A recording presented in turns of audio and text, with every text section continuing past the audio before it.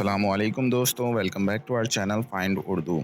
आज हम एक बहुत अहम लफ्ज़ के मायने और इस्तेमाल समझेंगे। वो लफ्ज़ है बी हैप्पी। बी हैप्पी का मतलब है खुश रहना।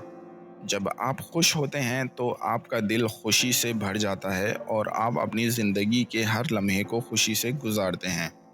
एक मिसाल के तौर पर, अगर आप अपने दोस्त के साथ वक्त गुजार रहे हैं और आपको उनके साथ होना अच्छा लगता है, तो आप खुश हैं। इस तरह बी हैप्पी का मतलब है अपनी हालत से खुश रहना।